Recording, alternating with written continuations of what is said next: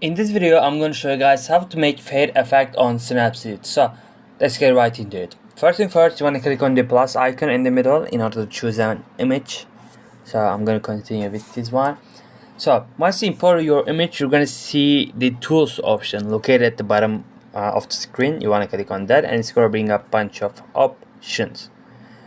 So from here, we want to choose the curves option, which is the third option. You want to click on that, and then without touching anything at the bottom you're gonna see I think these are card icon. You want to click on that, and from here you're gonna see a bunch of pre-made presets. So you're gonna scroll right a little bit until you find the faded option.